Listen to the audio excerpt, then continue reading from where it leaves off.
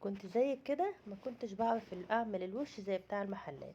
يلا بينا النهارده اقول لك ازاي هنعمل الوش زي بتاع المحلات ويطلع منك كمان كريمي بخطوات سهله وبسيطه جدا، ومش هياخد منك اي توقيت، ومش هتنقع الرز، وسهل جدا جدا جدا، وهيعمل معاك كميه حلوه هتعجبك وهيطلع كريمي. اهم حاجه في خطوه مهمه لازم تتعمل وخطوات بسيطه. انا ما كنتش بعرف اعمل الوش يطلع زي بتاع المحلات، بس انا الحمد لله المره دي ظبطتها وطلعت حلو جدا جدا مني.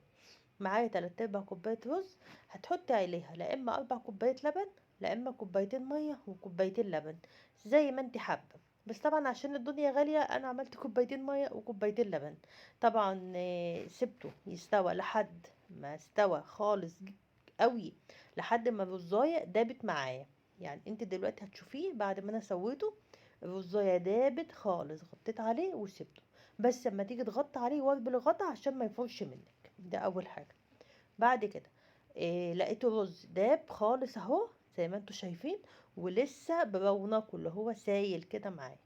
تمام، ما كلكعش، لان طبعا لما بتقفلي عليه او بتغليه غلوه وبتسيبيه بيبتدي الرز يكلكع منك، فبيبقى مش حلو خالص. تمام، هنا نزلت كوبايه ونص سكر، وحطيت كمان دلوقتي كيس كريم شانتيه. ده بيحول الرز واللبن، بيخليه حاجة تانية. واهم حاجة في الموضوع ده اللي انا عايزة اقولها لكم، ما تعملوش بلبن علب. لا، لبن العلب مش هيظبط لك الوش خالص. اعمليه باللبن البلدي بتاعنا الطبيعي ده، ده هيخليك، ده سر الوش. يعني اللبن البلدي ده سر الوش بتاع المحلات. وطبعا كل ما اللبن بيبقى دسم كل ما بيديكي وش اتخن بقى كمان. يعني لو اللبن ده انا جايباه بلدي عادي، لو انت هتجيبي جاموسي لا هيبقى بقى الوش تخين، يعني هيبقى التعريجات كمان اكتر من كده. ده السر بتاع وش المحلات، اللي انت اللبن بتاعك يبقى بلدي ودسم. خلاص. وانا هنا برضو ما شلتش القشطه، يعني انا كنت لسه غالياه، يبقى عندك لسه فريش طازه وايه، وتحطي كله بقى مع بعض. ده اهم خطوه. طيب حطيت قد ايه على الكوبايه؟ ال3/4 كوبايه رز دي حطيت كوبايه ونص سكر، كيس كريم شانتيه، وحطيت بالظبط لترين ونص من اللبن.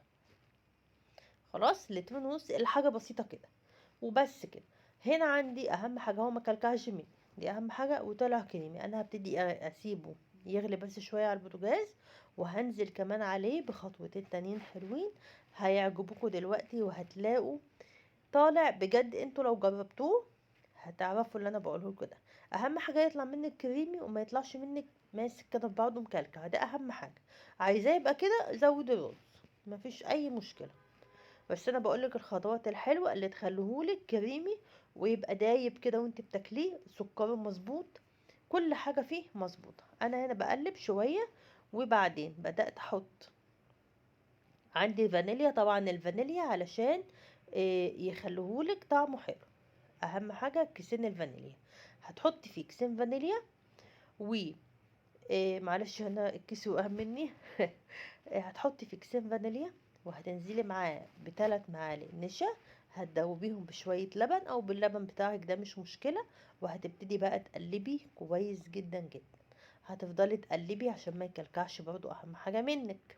هتفضلي تقلبي لحد ما كله يبقى القوام معاكي هيبتدي يبقى كريمي كده وحلو. خلاص، هتطفي النار. ده اهم خطواتك يا ستي اللي انت هتعمليها. بس كده، شوفوا انا حطيت النشا اهو، وبدأت إيه احط اللبن بتاعي. انا هنا معلش نسيت احط معلقه كمان، كنت حطيتها بعد ما انا شلت ايدي من الكوبايه قدامك اهو. وبدأت اللي انا اقلب كويس قوي قوي النشا ده كله، وحطيته نزلت بيه في اللبن، وبدأت اقلب تاني لحد ما القوام بقى كويس جدا جدا، وعجبني بقى اللي انا خلاص هطفي عليه. وبس كده. دي خطوات الرز واللبن سهلة وبسيطة جدا جدا، والله ما بتاخد اي توقيت، ولا تنقع رز من قبلها ولا الكلام ده. هو رز كده ولا كده بيبقى دايب معاكي. بالخطوتين اللي انا قلتلك تعمليهم من اول الفيديو دول هيبقى دايب بصراحة. ومش هتحتاجي تغطي بقى وتسيبيه ساعة ولا الكلام ده. خلاص، هو كده بالنسبة لي بقى تمام. لان هو ما هيتحط شويه بقى كده في التلاجة هيمسك ويبقى حلو جدا، ويطلع مني كريمي وحلو قوي قوي. خلاص خلاص، طبعا انت بتحطي على قد الحاجات اللي عندك. انا زودت كمان بس ايه طبعا دول عشان ايه فكان يا دوبك كده على قد الحاجة بتاعة التصوير.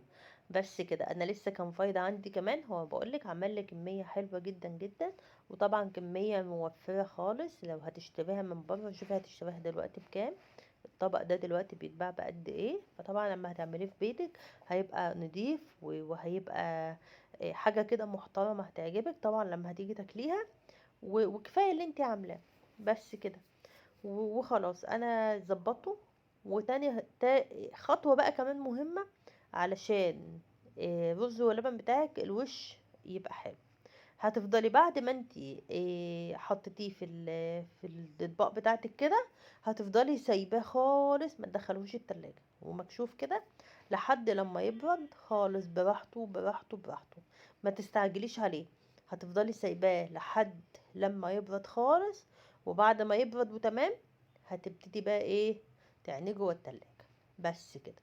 هو اصلا من دلوقتي بيبتدي الوش يعمل تعويجات زي بتاعة المحلات.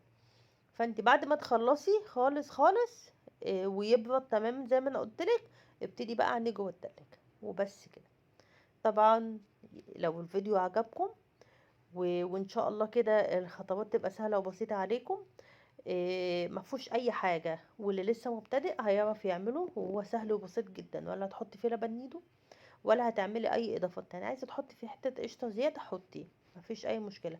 عايزه تظبطيه وتحطيه في الفرن مفيش اي مشكله، بس هتقلي شويه الرز. يعني هتزودي شويه الرز عشان يبقى معاكي متماسك اكتر من كده وبس. وتقومي حطاه عاملاه صينيه، حاطه فيه حته الزبده من فوق، هتدخليه الفرن وبس كده. يلا بقى لو عجبكم الفيديو لايك وشير وسبسكرايب عشان يوصل لكم كل جديد مع مطبخ ست هانم. وبألف هنا ويا رب تجربوه ويعجبكم بالخطوات البسيطة السهلة دي. يلا بقى اشوفكم على خير في فيديو جديد مع مطبخ ست هانم. مع السلامة.